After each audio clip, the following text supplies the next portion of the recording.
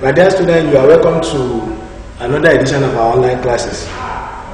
Our last class, we tried to look at on how we can solve or how we can calculate some examples on measurement of specific heat capacity of some substances, where we did one or two examples. And after that class, I gave you the assignment for you to just lay your hand upon. Even though I've not been saying your solution, but today we are going to look at the solution of those assignments I gave you in our last class. And before we start that, I would like to go through the question. Then after the question, so we now solve it one after the other. Now, the first question says that a piece of brass block of mass 32 grams is heated to 100 degrees Celsius and quickly transferred to a copper calorimeter of mass 18 grams containing 150 grams of liquid of specific heat capacity 4,109 joule per kg per Kelvin at 30 degrees Celsius. Determine the final temperature of the mixture. We are given the specific heat capacity of brass to be 380 joule per kg per Kelvin, and also given the specific capacity of copper to be 390 joule per kg per Kelvin. So in this particular question, that is question 1.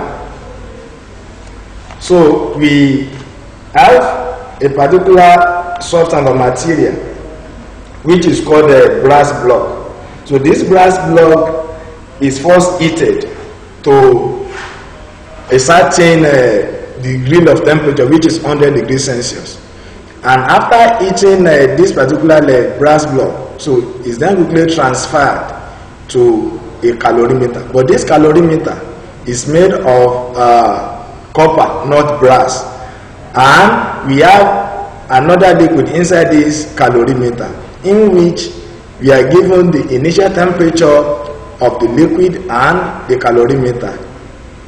And the question is now asking us that after transferring that heated brass block into the calorimeter containing that liquid, so what's going to be the final temperature of the mixture? That is the combination of the liquid, the calorimeter, and even the hot brass block. So let's quickly look at how we can deal with this kind of problem. So before we can deal with this kind of problem, what we just need to do is to write out some parameters that we are given from the question. And among all these parameters, writing all these parameters out will let us know the exact quantity of parameter that we are looking for, and the best expression or equation that we can use to solve the problem. So we are given the mass. Let the mass of the block, the mass of the brass block, mass of the brass block, mass of the brass block to be M subscript B, which equal 32 grams. So we convert this 32 grams to kg. The reason why we must convert this 32 grams to kg is that if you check the specific capacity of brass and that of copper that we are given, they are in joule per kg per Kelvin. So we need to convert all the masses in grams to kg. And converting this gram to kg, we divide this 32 by 1000, so we have 0.032 kg. 0.032 kg.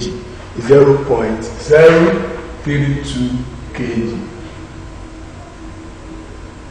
32 grams, that is 0.032 kg. Then let theta 1, that is initial temperature of the brass block. Don't forget the brass block is heated to about 100 degrees Celsius.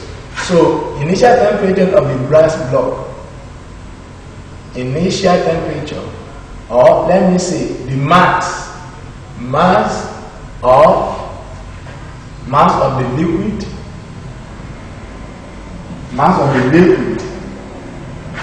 is 150 grams. So we convert this one, that is 0.15 kg. 150 grams to kg, that is 0.15 kg. So we are given the mass of the calorimeter. Mass of the calorimeter. But don't forget that calorimeter is not brass calorimeter, but it's copper calorimeter. So mass of copper calorimeter to be 18 grams.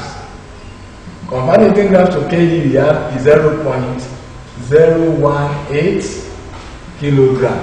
Converting 18 grams to kg, we divide that 18 grams by 1000, then we have 0.018 kilograms. 0.018 kilograms. And again, we are given the initial temperature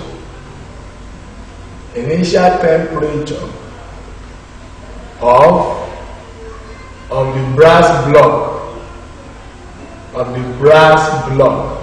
and that is going to be 100 degrees Celsius. Then we are also given the initial temperature of the liquid and calorimeter to be initial temperature of the liquid and calorimeter to be 30 degrees Celsius. And again, we are given the specific capacity of the liquid, SHC of the liquid, to be 4109 joule per kg per Kelvin. 4109 joule per kg per Kelvin.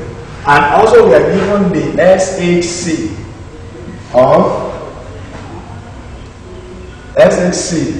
of brass to be 380 joule per kg per Kelvin. And also SHC of copper,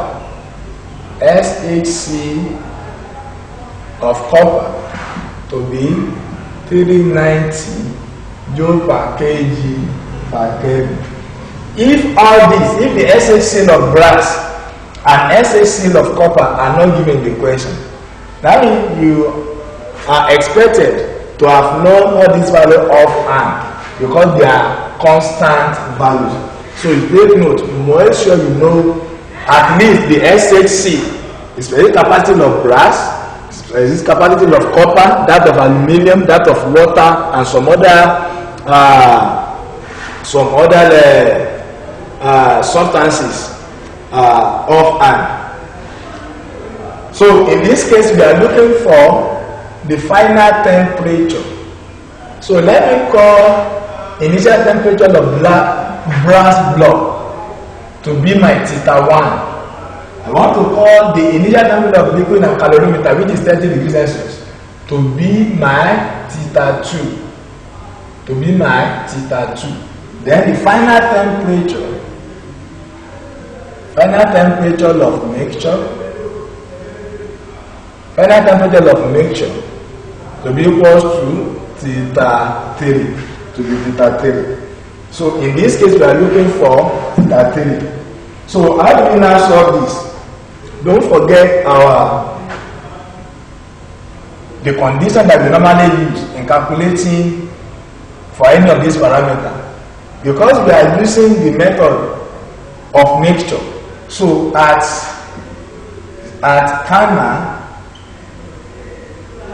Farmer equilibrium.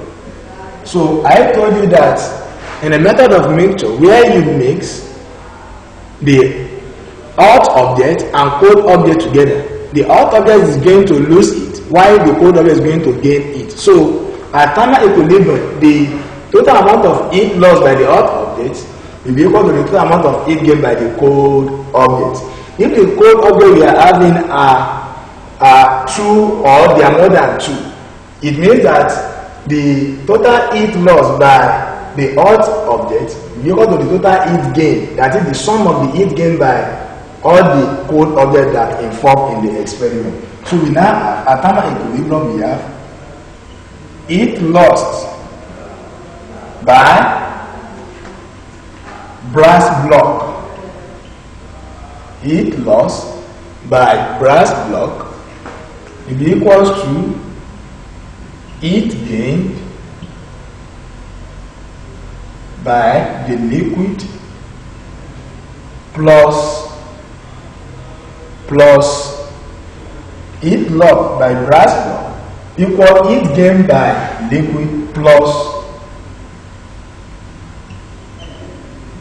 heat gained by calorimeter. Heat gained by calorimeter. Heat gained by calorimeter. The heat lost by brass block equal heat gain by the liquid plus heat gain by calorimeter. Now in this case, we are going to input all these values. We are going to input all these values into our expression. Now,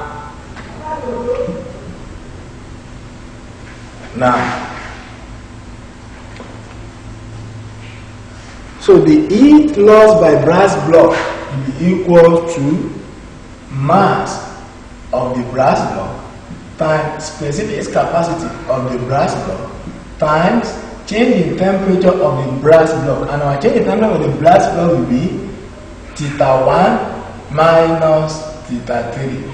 This gives heat gained by the liquid will be mass of the liquid times specific capacity of the liquid times change in temperature of the liquid, which is going to be θ3 minus θ2. Don't forget that θ3 will be the final temperature of the liquid, the calorimeter, and that of the brass block, while θ2 is the initial temperature of the liquid and that of the calorimeter. So whether we like it or not, since we made the hot object with the cold liquid in the calorimeter, that hot object is going to increase the temperature of the cold liquid. Thereby, θ3 is going to be more than θ2. So we need to subtract θ2 from θ3.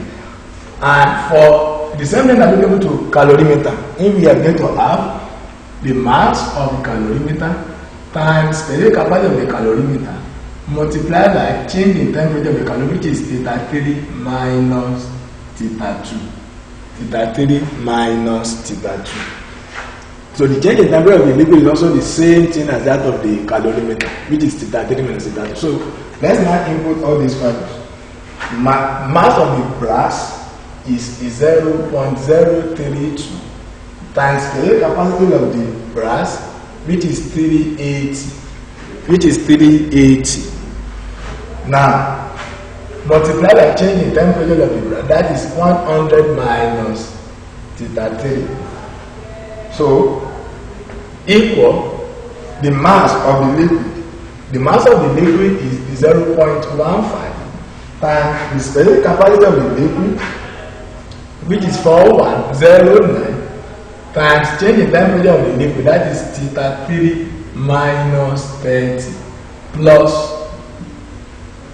mass of the liquid, mass of the calorimeter. The mass of the calorimeter is 0.018 times specific capacity of the calorimeter. Don't forget the calorimeter is copper, so we use the specific capacity of copper, which is 390, times change in temperature of calorimeter, which is θ3 minus 30 degrees Celsius. So in this case, multiply 0.032 by 380. we are going to have 12.16 into bracket 100 minus theta 3, and this also 0.15 times 4109. We are going to have 616.35 into bracket theta 3 minus 30 plus this times this, so we are going to have 7.02 into bracket theta 3 minus 30. That is 7.02. 7.02 into bracket theta 3 minus 30. And we are going to open the bracket. If you open the bracket, from here, I'm going to have 12.16 times 100, that is 1216 minus 1216 theta 3 equal this times this, and we have 616.35 theta 3 minus 616.35 times 30. So the answer is going to be 18,490.5 plus 7.02 theta 3 minus 7.02 times 30, that is 210.6. 210. Now, collect the left hand and make theta 3 the solid formula. Let's collect the left hand and make theta 3 the solid formula. So our theta 3, therefore, if we collect the left hand and make theta 3 the solid formula, therefore, theta 3 equal 31.34 degrees Celsius. Theta 3 equal 31.34 degrees Celsius. Now, after this, we need to confirm whether our answer is reasonable or not. Now, what is the initial temperature of the hot brass block? You can see that the initial temperature of the hot brass block was 100 degrees Celsius. That is theta 1. That is our theta 1 of the hot brass block, 100 degrees Celsius.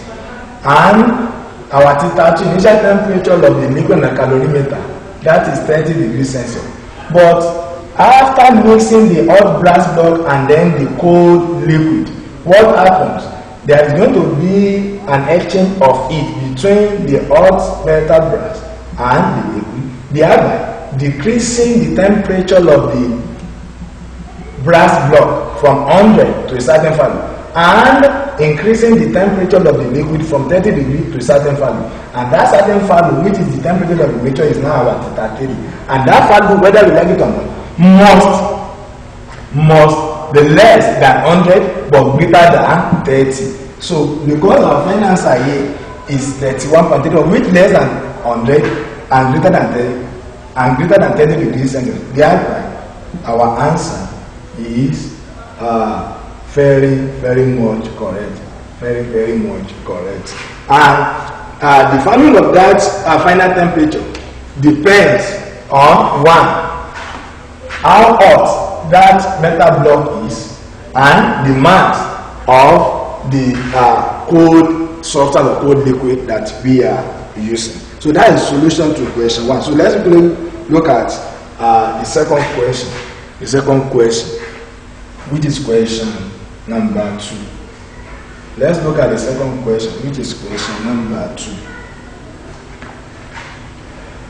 So let's check the second question.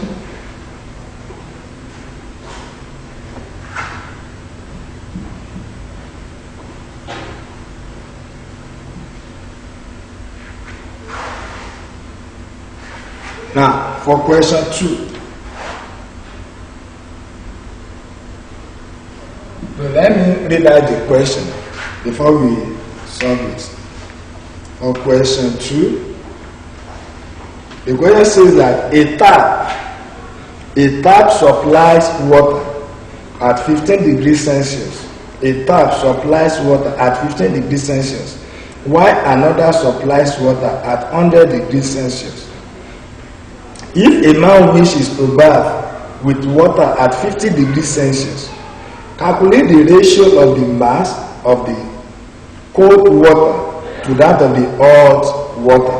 I repeat, a tap supplies water at 15 degrees Celsius, while another supplies water at 100 degrees Celsius.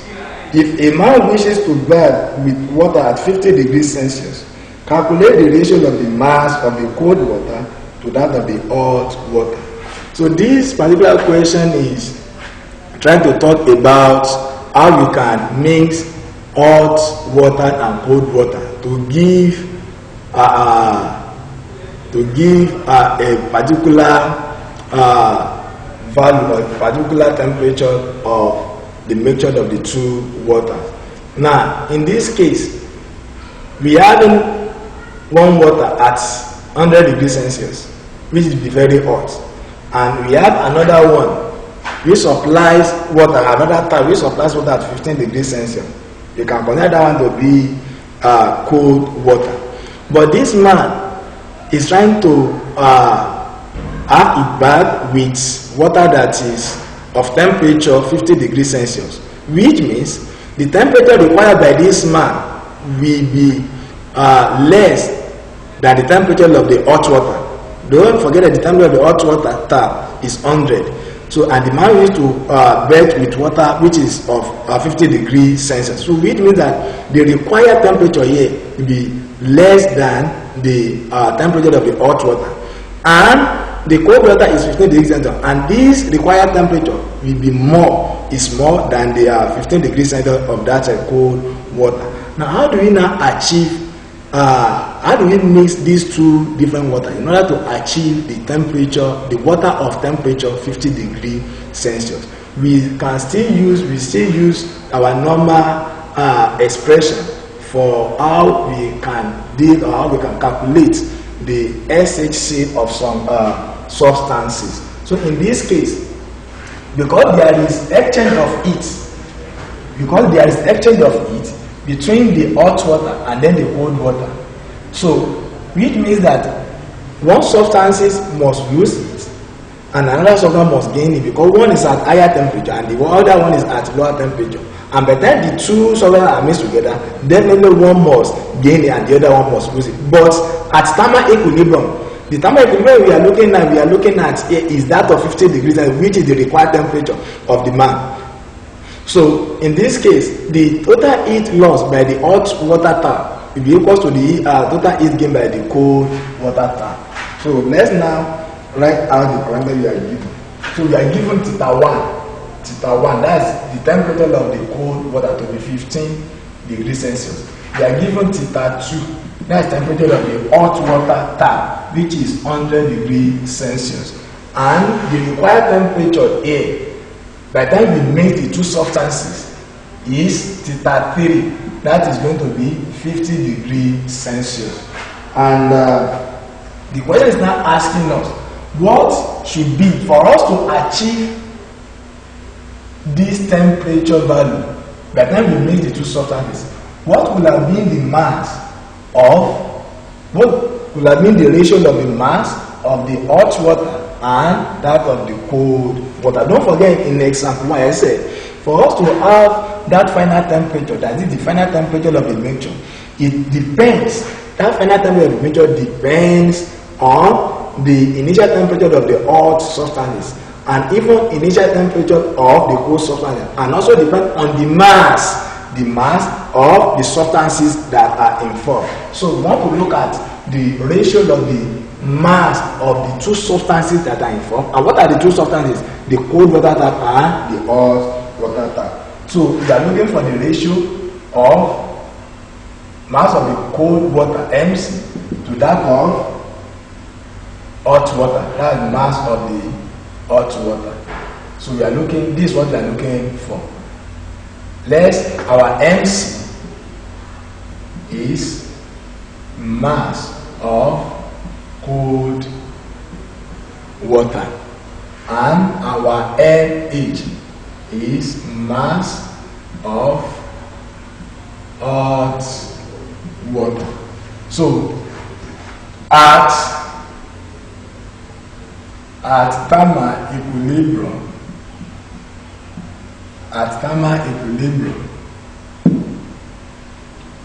heat lost by hot water is equals to heat gained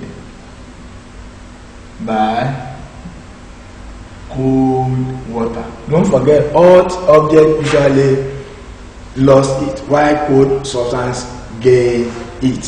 So in this case, the heat lost by hot water will be mass of the hot water times specific capacity of the hot water times change in temperature of the hot water. Change temperature of the hot water will be, for hot water we have two different temperature values, that is theta 2 and theta 3. Let me even say this, our theta 1 should be temperature of the cold water, and let's say theta 2 is temperature of the hot water, and this theta 3, let's say the required temperature, that is temperature of the mixture of the two. So in this case, the mass of the hot times the of the hot temperature change of the hot water. Now for hot water, the two temperature changes are this and this. So we have 100 minus 50 equal mass of the cold times the capacity of the cold water and times temperature change of the cold water. For cold water, the two temperature changes are this and this. So I will have 50 minus 15. So you subtract the smaller value from the larger one. In this case, CH equals CC, that is specific capacity of hot water equals specific capacity of cold water. Why? Because we are still dealing with the same substance, that is water. Even though they are at different temperature, but we are still dealing with the same substance, which is water.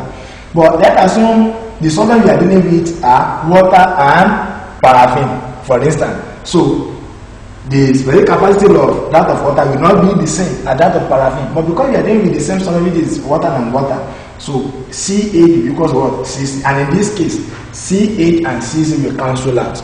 Even though this value is going to be equal to 4,200 joules per kg per Kelvin. Substituting this value into the expression, they are still going to cancel out. Therefore, the expression now reduced to 100 minus 50, that's 50. 50 times mH, I'm having 50 mH equal 50 minus 15, that's 35. 35 multiplied by MC, that is 35 MC. But we are looking for the ratio of MC to that of MH. So in that case, the ratio of MC to that of MH will be MC over MH. Divide both sides by MH. Divide both sides by MH. So in this case, MH cancel MH. Then I have 50 equal 35 times MC over MH. Divide both sides by 35. I have 35 here. So 35 cancel 35. So the ratio of MC to that of MH will now be the ratio of mass of the cold water to that of the hot water will now be therefore the ratio of the mass of cold water to that of hot water is MC ratio MH will give me 50 ratio 35. 50 ratio 35 will give me 50 ratio 35. Breaking this 50 ratio 35 into least value, we have MC ratio MH equal 5 in 50. I have 10. 5 in 35, I have 7. So the answer is 10⁻⁷, which means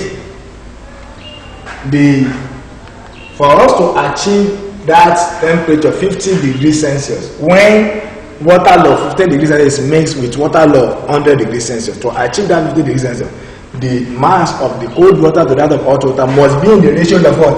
10⁻⁷. That is, mass of the cold water must be more than that of the hot water with that ratio.